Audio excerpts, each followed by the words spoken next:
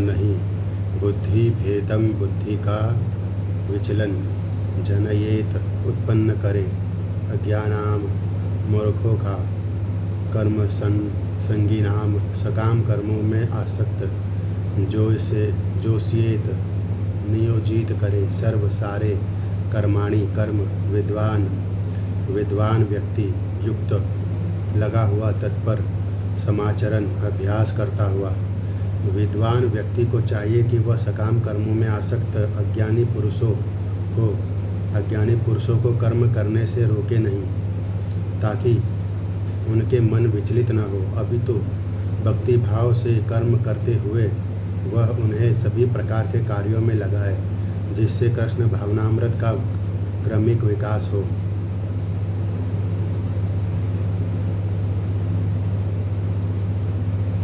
तात्पर्य: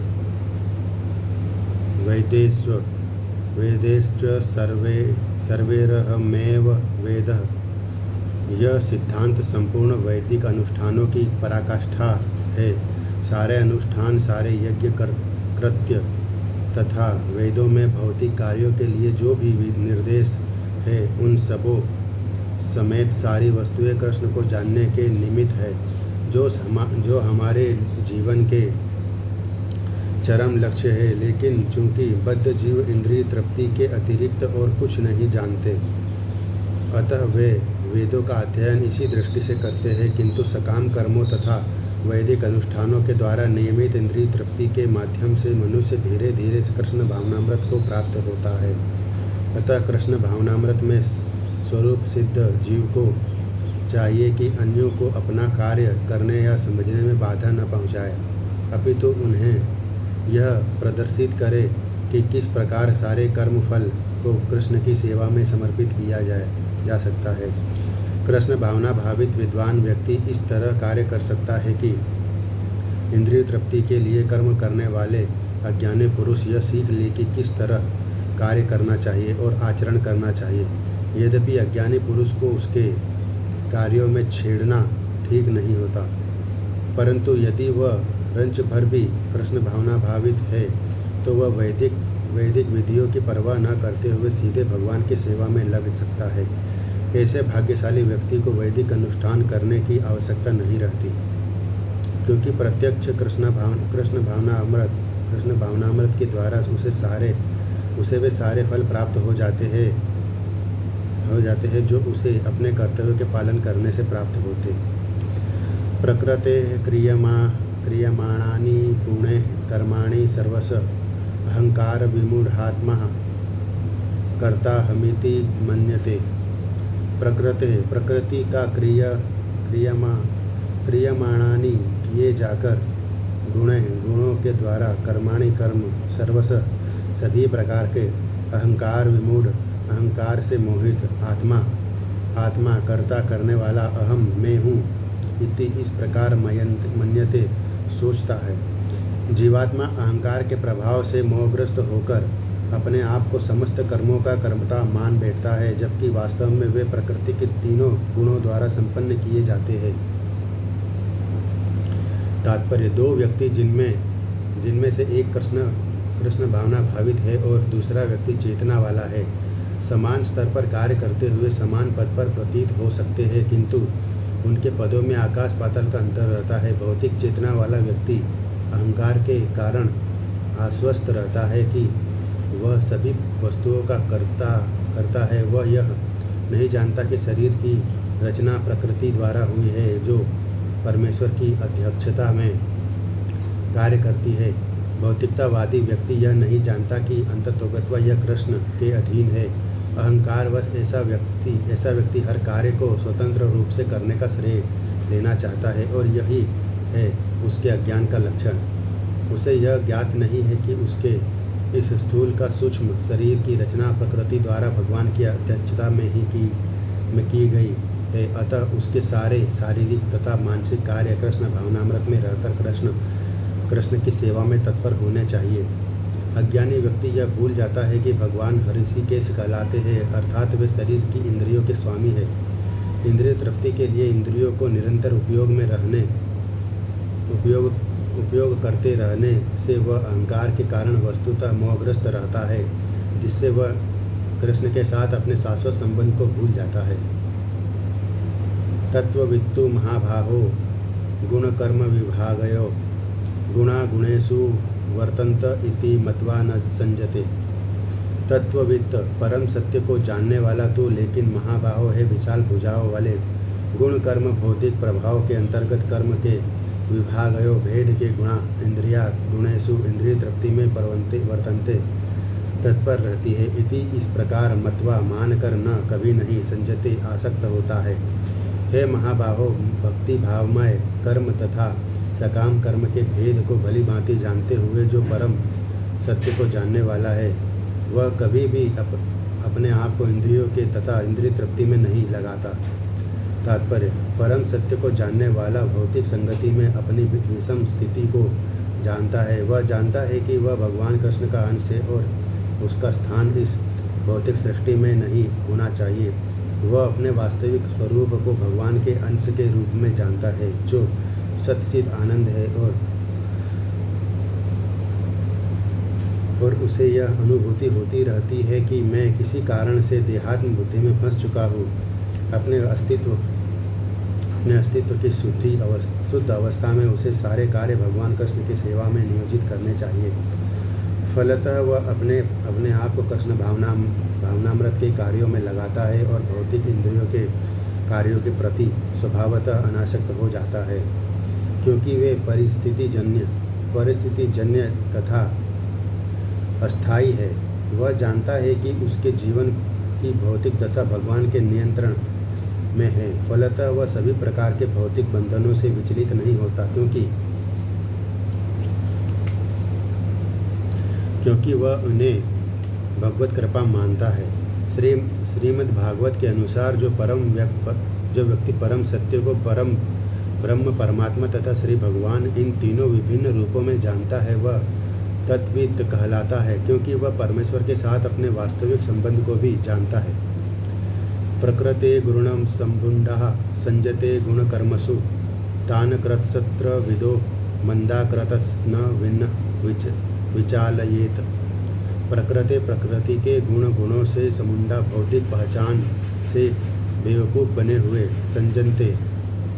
सज्जनते लग जाते हैं। गुण कर्मसु भौतिक कर्मों में तान उन उत्कृतसन्न विदः अल्पज्ञानी पुरुष मंदान आत्म साक्षात्कार समझने में आलसियों को कृतसन्न वित्त ज्ञानी नहीं विचलित करने का प्रयत्न करना चाहिए।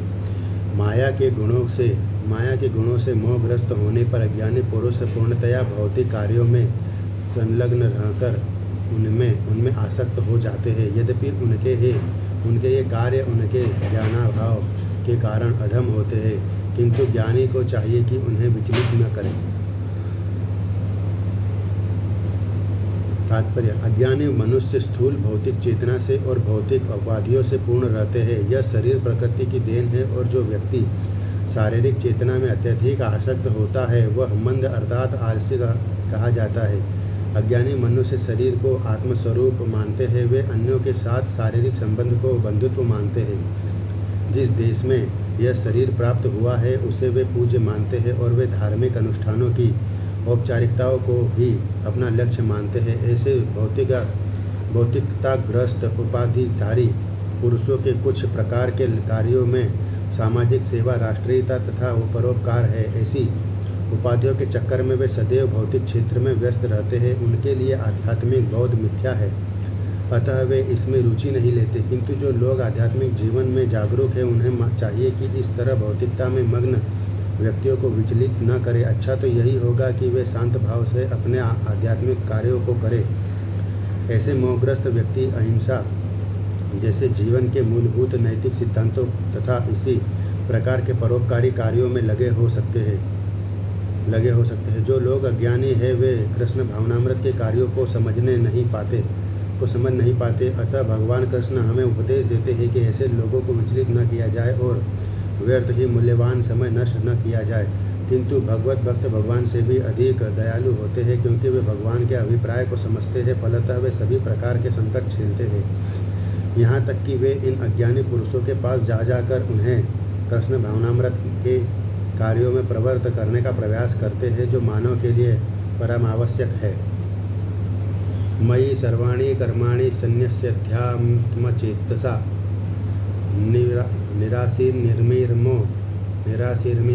निराशीर्निर्मो भुक्त्वा युद्धस्व विगतज्वरः।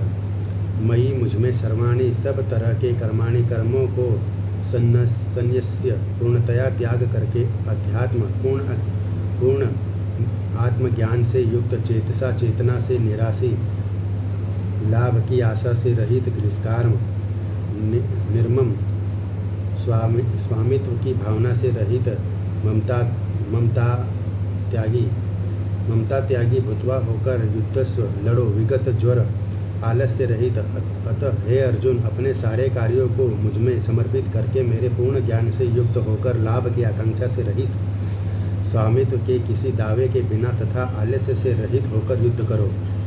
तात्पर्य यह श्लोक भगवद गीता के प्रयोजन को स्पष्टतया इंगित करने वाला है। भगवान की शिक्षा है कि स्वधर्म पालन के लिए सैन्य अनुशासन से सदस्य पूर्णतया कृष्ण भावना भावित होना आवश्यक है। ऐसे आदेश से कुछ कठिनाई उपस्थिति हो सकती है, फिर भी कृष्ण के आश्रित होकर स्वधर्म का पालन करना ही चाहिए, क्योंकि यह जीव की स्वाभाविक स्थिति है। जीव भगवान के सहयोग के बिना सुखी नहीं हो सकता, क्योंकि जीव की नित्य स्वाभाविक स्थिति ऐसी है कि भगवान की इच्छाओं के अधीन रहा जाए।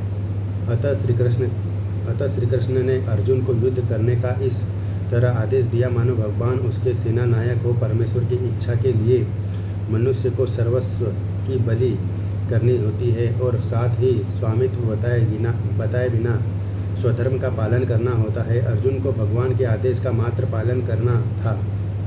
परमेश्वर समस्त आत्माओं के आत्मा है, अतः जो पूर्णतया परमेश्वर पर आश्रित रहता है, या दूसरे शब्दों में जो पूर्णतया कृष्ण भावना भावित है, वह अध्यात्म चेतस कहलाता है। निराशी का अर्थ है स्वामी के आदेश अनुसार कार्य करना किंतु फल की आशा न करना। कोषाध्यक्ष अपने स्वामी के लिए लाखों रुपए गिन सकता है, किंतु इसमें से वह अपने लिए एक पैसा भी नहीं चाहता। इसी प्रकार मनुष्य को यह समझना चाहिए कि इस संसार में किसी व्यक्ति का कुछ भी नहीं है, सारी वस्तुएं परमेश्वर की है। मई अर्थात मुझमें का वास्तविक तात्पर्य यही है। और जब मनुष्य इस प्रकार से कृष्ण भावनामृत में कार्य करता है तो वह किसी वस्तु पर अपने स्वामित्व का दावा नहीं करता। मनुष्य इस प्रकार से कृष्ण भावनामृत में कार्य करता है तो वह किसी वस्तु पर अपने स्वामित्व का दावा नहीं करता। यह भावनामृत निर्मम अर्थात मेरा कुछ नहीं है कहलाता है। यदि ऐसे कठोर आदेश को जो शारीरिक संबंध से तथाकथित बंधुत्व मानना से रहित है, पूरा करने में कुछ झिझक हो तो उसे दूर कर देना चाहिए। इस प्रकार मनुष्य विगत ज्वर अर्थात ज्वर या आलस्य से रहित हो सकता है। अपने गुण तथा स्थिति के अनुसार प्रत्येक व्यक्ति को विशेष प्रकार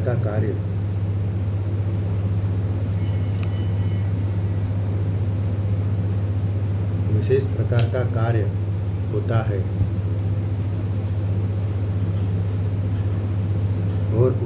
और ऐसे कर्तव्यों का पालन कृष्ण भावना भावित होकर किया जा सकता है। इससे मुक्ति का मार्ग प्रशस्त हो जाएगा।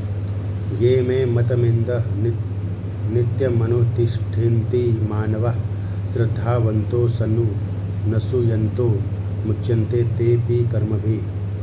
ये जो मैं मेरे मतम आदेशों को इदम इन नित्य कार्य के रूप में अनुतिष्ठन्ति नियमित रूप से पालन करते हैं। मानव प्राणी श्रद्धावंत श्रद्धा तथा भक्ति समेत अनसूयंत बिना ईर्ष्या के मुच्यन्ते मुक्त हो जाते हैं। ते वे अपि भी कर्म भी सकाम कर्मों के नियम रूपी बंधन से।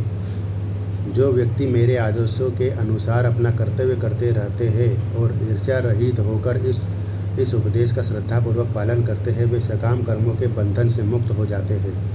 श्री भगवान कृष्ण का उपदेश समस्त वैदिक ज्ञान का सार है। अतः उपवाद के बिना यह शाश्वत सत्य है। जिस प्रकार वेद शाश्वत है, उसी प्रकार कृष्ण भावनामृत का यह सत्य भी शाश्वत है। मनुष्य को चाहिए कि भगवान से ईर्ष्या किए बिना इस आदेश में दृढ़ विश्वास रखे। ऐसे अनेक दार्शनिक हैं जो भगवत गीता पर टीका रचते हैं, किंतु कृष्ण में कोई श्रद्धा नहीं रखते। वे कभी भी सकाम कर्मों के बंधन से मुक्त नहीं हो सकते, किंतु एक सामान्य पुरुष भगवान के इन आदेशों में दृढ़ विश्वास करके कर्म नियम के बंधन से मुक्त हो जाता है, भले ही वह इन आदेशों का ठीक से पालन न कर पाए।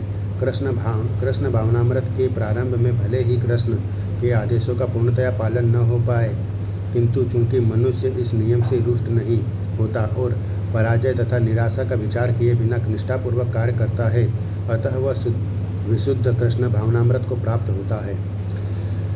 ये त्वेतदभ्यसून्यन्तो नानुतिष्ठन्ति ते मतम् सर्वज्ञान विमूढ़ास्तावन्विन्धि नष्टा न चेतस। ये जो तू किंतु एतत् इस अभ्यसून्यन्त ईर्षावश नहीं अनुतिष्ठन्ति नियमित रूप से संपन्न करते हैं। मैं मेरा मतम आदेश सर्वज्ञान सभी प्रकार के ज्ञान में विमूढ़ान पूर्णतया दिग्भ्रमित तान उन्हें विद्धि ठीक से जानो नष्टान नष्ट हुए अचेतस कृष्ण भावनामृत रहित।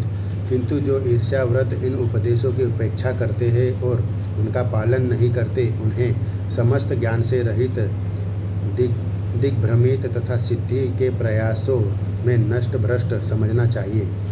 तात्पर्य यहाँ पर कृष्ण भावना भावित न होने पर के दोष का स्पष्ट कथन है। जिस प्रकार परम अधिशासी की आज्ञा के उल्लंघन के लिए दंड होता है, उसी प्रकार भगवान के आदेश के प्रति अवज्ञा के लिए भी दंड है। अवज्ञाकारी व्यक्ति चाहे कितना ही बड़ा क्यों न हो, वह शून्य हृदय होने से आत्मा के प्रति तथा परब्रह्म परमात्मा एवं श्री भगवान के प्रति अनभिज्ञ रहता है। अतः ऐसे व्यक्ति से जीवन की सार्थकता की आशा नहीं की जा सकती। सद्रंस चेष्टते स्वस्याः प्रकृतेर्ज्ञानवानपि प्रकृतिं यान्ति भूतानि निग्रह किं करिष्यति। सदृशम अनुसार चेष्टते चेष्टा करता है। स्वस्या अपने प्रकृते गुणों से ज्ञानवान विद्वान अपि यद्यपि प्रकृति को यान्ति प्राप्त होते हैं। भूतानि सारे प्राणी निग्रह दमन किस क्या करिष्यति कर सकता है। ज्ञानी पुरुष भी अपनी प्रकृति के अनुसार कार्य करता है, क्योंकि सभी प्राणी तीनों गुणों से प्राप्त अपनी प्रकृति का ही अनुसरण करते हैं। भला दमन से क्या हो सकता है।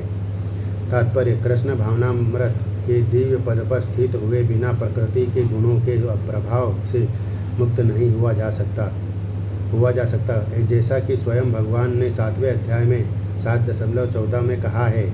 अतः सांसारिक धरातल पर बड़े से बड़े शिक्षित व्यक्ति के लिए केवल सैद्धांतिक ज्ञान से आत्मा को शरीर से पृथक करके माया के बंधन से निकल पाना असंभव है। ऐसे अनेक तथाकथित आध्यात्मवादी हैं जो अपने को विद्वान में बड़ा चढ़ा मानते हैं, किंतु भीतर वे पूर्णतया प्रकृति के गुणों के अधीन रहते हैं, जिन्हें जीत पाना कठिन है। ज्ञान की दृष्टि से कोई कितना ही विद्वान क्यों न हो, किंतु भौतिक प्रकृति की दीर्घकालीन संगति के कारण वह बंधन में रहता है। कृष्ण भावनामृत उसे भौतिक बंधन से छूटने में सहायक होता है, भले ही कोई अपने नियत कर्मों के करने में संलग्न क्यों न रहे। अतः पूर्णतया कृष्ण भावना भावित हुए बिना नियत कर्मों का परित्याग नहीं करना चाहिए। किसी को भी सहसा अपने नियत कर्म त्याग कर तथाकथित योगी या कृत्रिम आध्यात्मवादी नहीं बनना चाहिए। अच्छा तो यह होगा कि यथास्थिति में रहकर श्रेष्ठ प्रशिक्षण के अंतर्गत कृष्ण भावनामृत प्राप्त करने का प्रयत्न किया जाए। इसी प्रकार कृष्ण की माया के बंधन से मुक्त हुआ जा सकता है। इंद्रियस्ये इंद्रियस्यार्थे इंद्रियस्ये इंद्रियास्यार्थे रागद्वेषो व्यवस्थितो तयोर्न वशमागच्छेत्तो हस्य यास्य परिपन्थिनो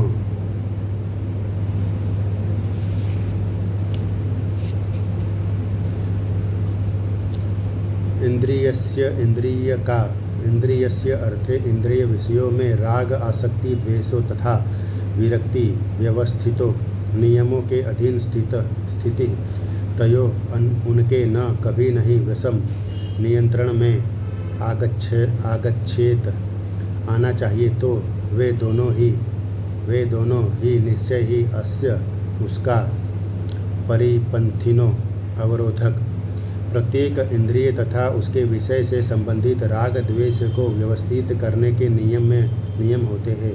मनुष्य को ऐसे राग तथा द्वेष के वशीभूत नहीं होना चाहिए क्योंकि वे आत्म साक्षात्कार के मार्ग में अवरोधक है। तात्पर्य, जो लोग कृष्ण भावना भावित है वे स्वभाव से भौतिक इंद्रिय तृप्ति में रत होने में झिझकते हैं, किंतु जिन लोगों की ऐसी भावना न हो उन्हें शास्त्रों के नियमों का पालन करना चाहिए। अनियंत्रित इंद्रिय भोग ही भौतिक बंधन का कारण है, किंतु जो शास्त्रों के नियमों का पालन करता है वह इंद्रिय विषयों में नहीं फंसता। उदाहरणार्थ यौन सुख बद्धजीव के लिए आवश्यक है और विवाह संबंध के अंतर्गत यौन सुख की छूट दी जाती है। शास्त्रीय आदेशों के अनुसार अपनी पत्नी के अतिरिक्त अन्य किसी स्त्री के साथ यौन संबंध वर्जित है तो अन्य सभी स्त्रियों को अपनी माता मानना चाहिए, किंतु इन आदेशों के होते हुए भी मनुष्य अन्य स्त्रियों के साथ यौन संबंध स्थापित करना चाहता है। इन प्रवृत्तियों को दमीन करना होगा, अन्यथा वे आत्म साक्षात्कार के मार्ग में बाधक होंगी। जब तक यह भौतिक शरीर रहता है तब तक शरीर की आवश्यकताओं को यम नियमों के अंतर्गत पूर्ण करने की छूट दी जाती है, किंतु फिर भी हमें ऐसी छूटों के नियंत्रण पर विश्वास नहीं करना चाहिए। मनुष्य को अनासक्त रहकर इन यम नियमों का पालन करना होता है, क्योंकि नियमों के अंतर्गत इंद्रिय तृप्ति का अभ्यास भी उसे पथभ्रष्ट कर सकता है। जिस प्रकार की राजमार्ग तक दुर्घटना की संभावना बनी रहती है, भले ही इन मार्गों की कितनी ही सावधानी से देखभाल क्यों न की जाए, किंतु इसका कोई आश्वासन नहीं दे सकता कि सबसे सुरक्षित मार्ग पर भी कोई खतरा नहीं होगा।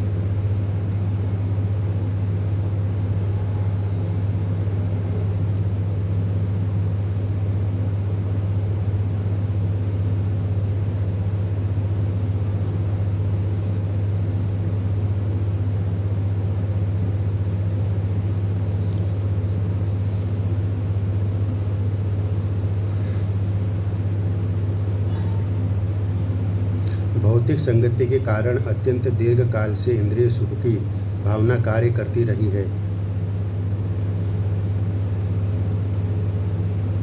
अतः नियमित इंद्रिय भोग के बावजूद भी गुमराह होने की हर संभावना बनी रहती है। अतः सभी प्रकार से नियमित इंद्रिय भोग के लिए किसी भी आसक्ति से बचना चाहिए। लेकिन कृष्ण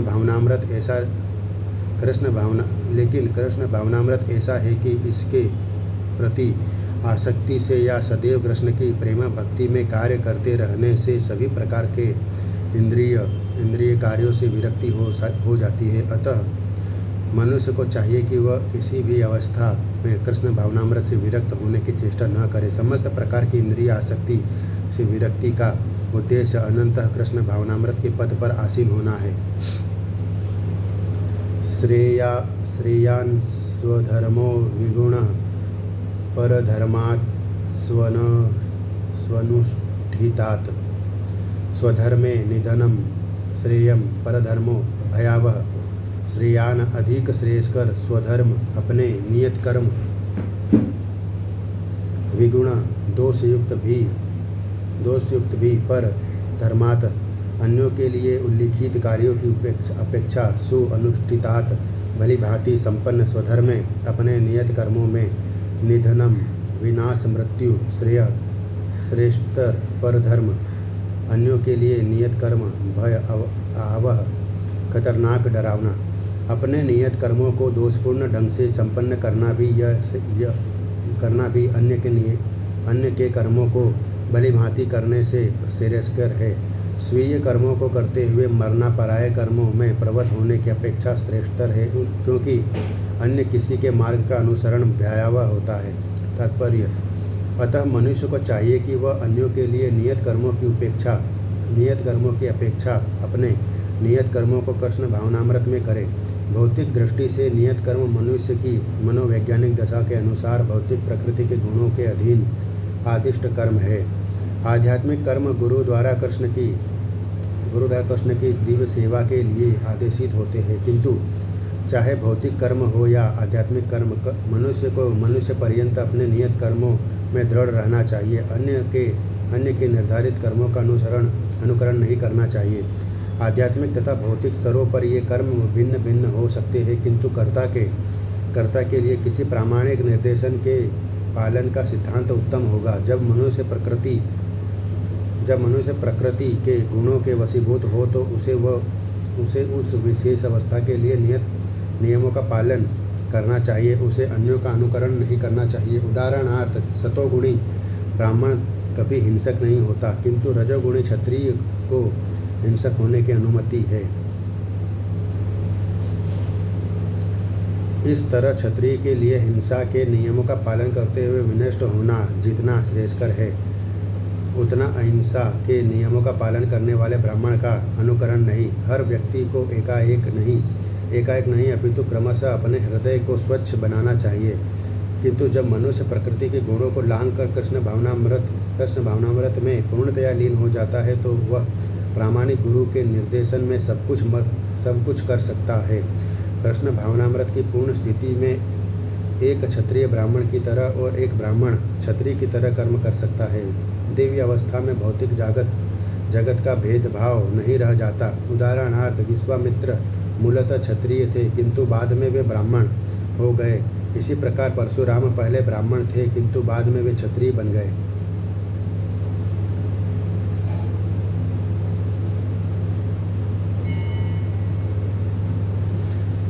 विश्वामित्र मूलतः क्षत्रिय थे, किंतु बाद में वे ब्राह्मण हो गए। इसी प्रकार परशुराम पहले ब्राह्मण थे, किंतु बाद में वे क्षत्रिय बन गए। ब्रह्म में स्थित होने के कारण ही वे ऐसा कर सके। किंतु जब तक कोई भौतिक स्तर पर रहता है, उसे प्रकृति के गुणों के अनुसार अपने कर्म करने चाहिए। साथ ही उसे कृष्ण भावनामृत का पूरा बोध होना चाहिए।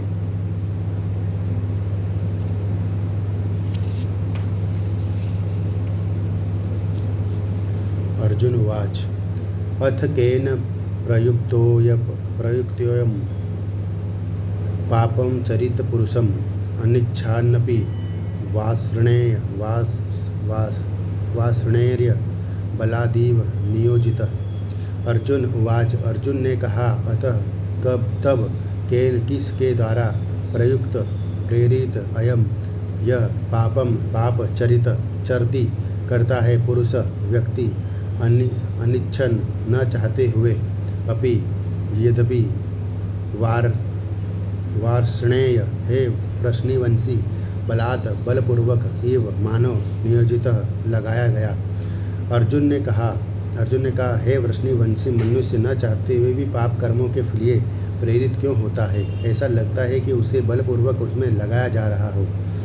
तात्पर्य, जीवात्मा परमेश्वर का अंश होने के कारण मूलतः आध्यात्मिक शुद्ध एवं समस्त भौतिक कल्मशों से मुक्त रहता है। फलतः स्वभाव से वह भौतिक जगत के पापों में प्रवृत्त नहीं होता, किंतु जब वह माया के संसर्ग में आता है तो वह बिना झिझक के और कभी कभी इच्छा के विरुद्ध भी उन्हें अनेक प्रकार के पाप कर्म करता है। अतः कृष्ण से अर्जुन का प्रश्न अत्यंत प्रयासापूर्ण है कि जीवों की प्रकृति विकृत क्यों हो जाती है। यद्यपि कभी कभी जीव कोई पाप नहीं करना चाहता, किंतु उसे ऐसा करने के लिए बाध्य होना पड़ता है, किंतु ये पाप कर्म अंतर्यामी परमात्मा द्वारा प्रेरित नहीं होते, अपितु अन्य कारण से होते हैं, जैसा कि भगवान अगले श्लोक में बताते हैं।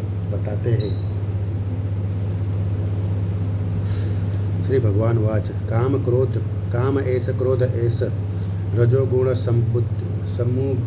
समुद्भव महासनो महापापमा विद्धयेनमेह वैरिणम। श्री भगवान वाच। से भगवान ने कहा, काम विषय वासना एवं यह क्रोध ऐसा यह रजोगुण से समुद्भव उत्पन्न महाअसन सर्वभक्षी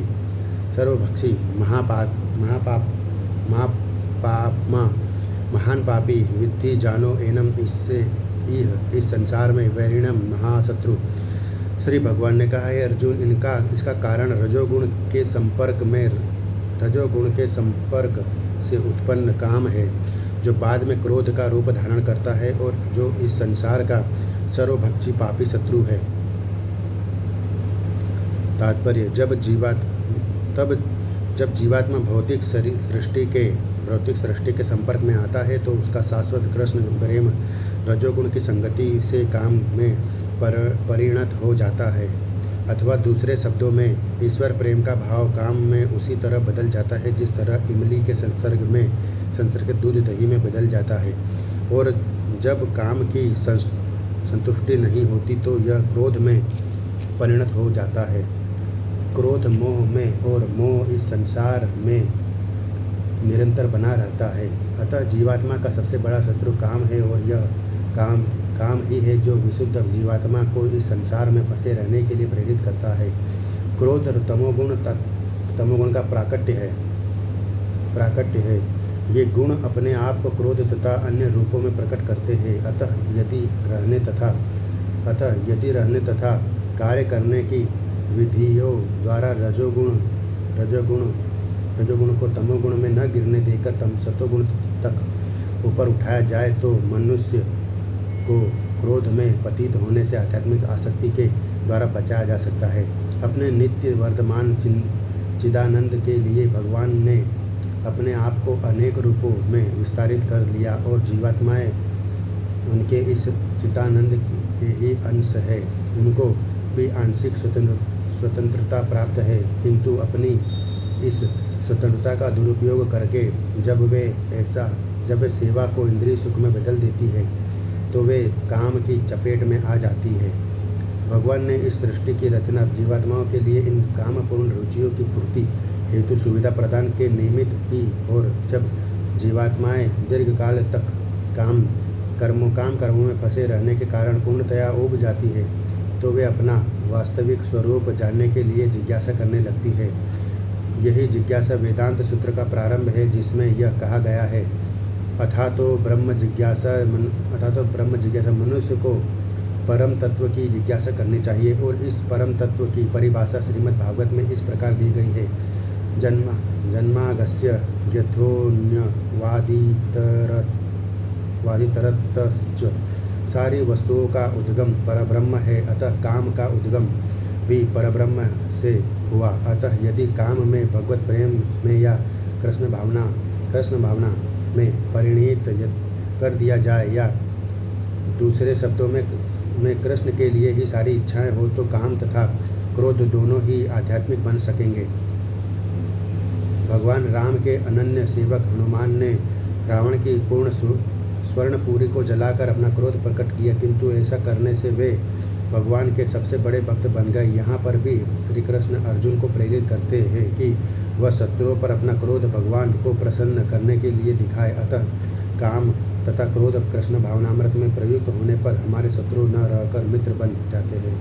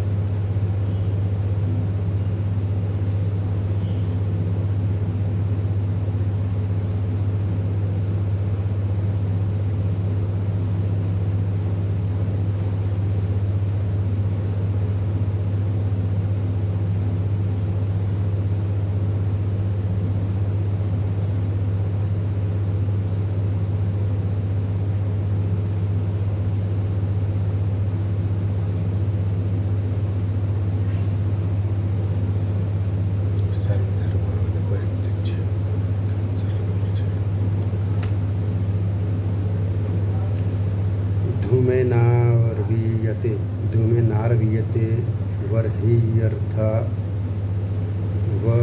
वह्निर्यथादर्शो मलेन च यथोल्बेनार्वतो गर्भस्तथा तेनेदमावृतम्। धूमेन धुएं से आर्वीयते ढक जाती है, वहनी वहनी है अग्नि वग्नि वहनी अग्नि यथा जिस प्रकार आदर्श सीसा दर्पण मलिन धूल से च भी यथा जिस प्रकार उल्बेन गर्भाशय द्वारा आवृत ढका रहता है गर्भ पूर्ण गर्भ, तथा उसी प्रकार तेन काम से इदम यह आवृतम ढका है।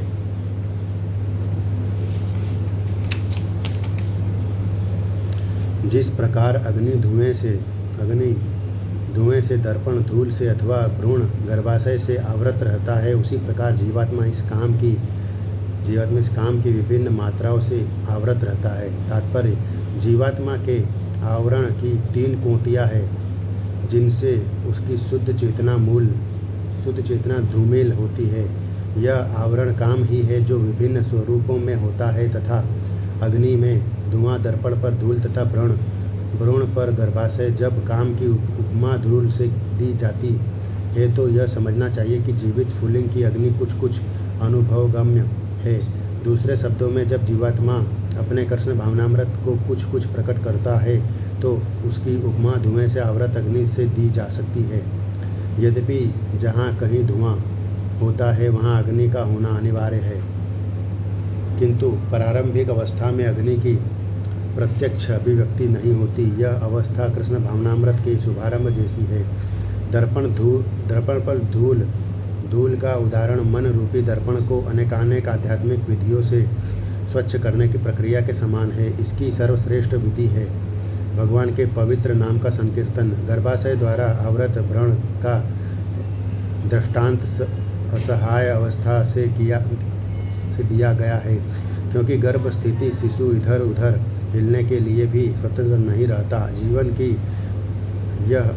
जीवन की यह अवस्था वृक्षों के समान है। वृक्ष भी जीवात्माएं हैं, किंतु उनमें काम की प्रबलता को देखते हुए उन्हें ऐसी योनि मिली है कि वे प्रायः चेतना शून्य होते हैं। धूमिल दर्पण शिशु पक्षियों के समान है और ध्रुम से आवृत अग्नि मनुष्य के समान है।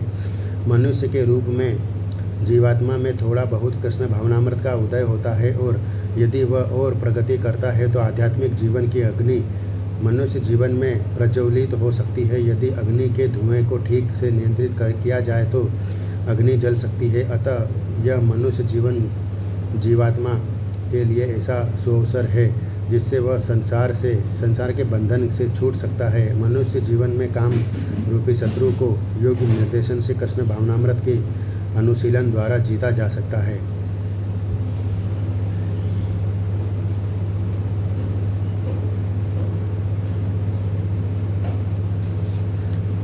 आवृतम ज्ञान में तेन ज्ञानिनो नित्यभैरिणा कामरूपेण कौन्तेय दुष्पुरेणानलेन च।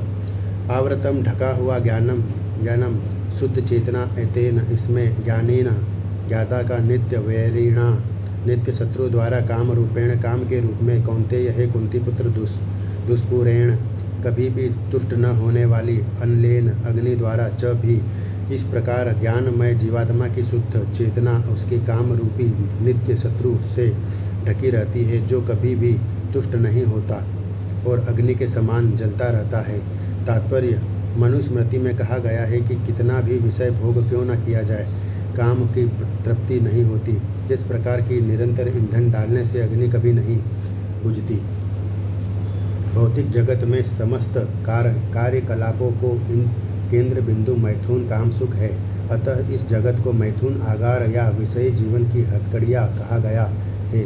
एक सामान्य बंदीगृह में अपराधियों को छड़ों के भीतर रखा जाता है। इसी प्रकार जो अपराधी भगवान के नियमों की अवज्ञा करते हैं वे मैथुन जीवन द्वारा बंदी बनाए जाते हैं।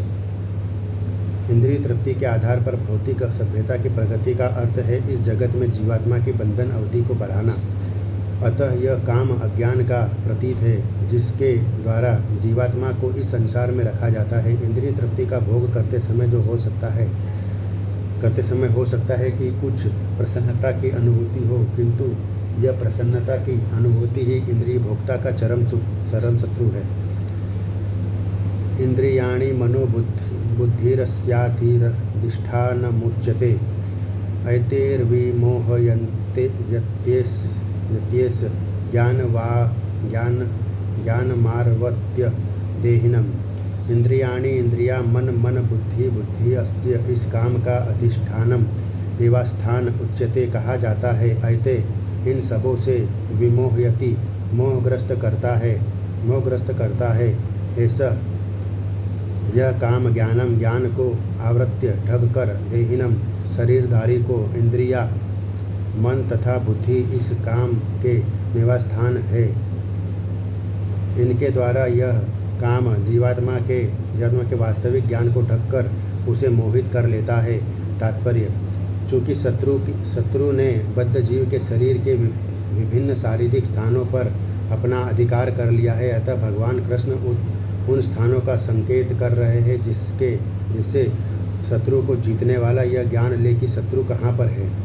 मन समस्त इंद्रियों के कार्यकलापों का केंद्र बिंदु है, अतः जब हम इंद्रिय विषयों के संबंध में सुनते हैं तो मन इंद्रिय तृप्ति के समस्त भावों का आधार बन जाता है।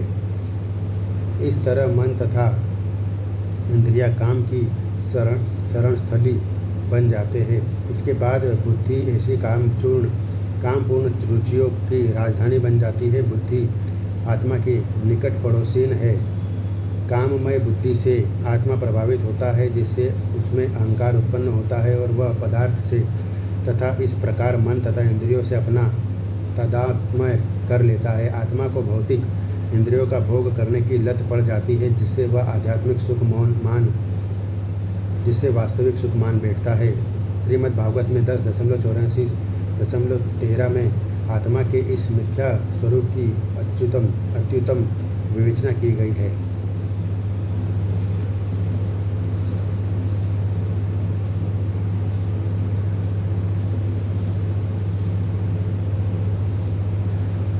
यस्यात्म बुद्धि है को गुणपे त्रिधातु के स्वदीह कलत्रादिषु भौम इज्जधि इत्यर्थ बुद्धि सलीले न करहि चिंचिज्जनेष्वभिज्ञेषु स एव गोखरः। जो मनुष्य इस त्रिधातु निर्मित शरीर को आत्मस्वरूप जान बैठता है तो देह के विकारों को स्वजन समझता है, जो जन्मभूमि को पूज्य मानता है, और तो जो तीर्थस्थलों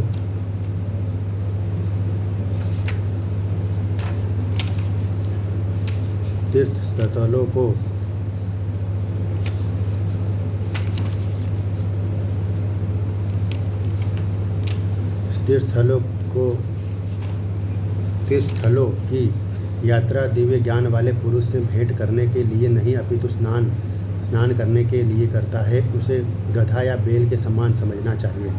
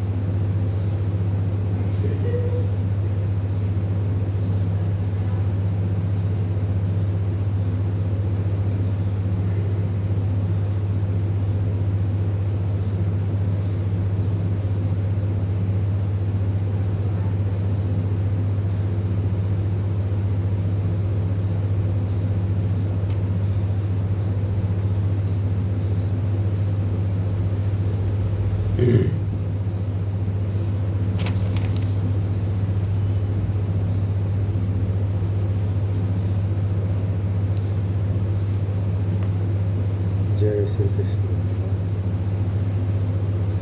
ओम कृष्णाय वासुदेवाय हरे परमात्मे प्रणतकेशनाशाय गोविंद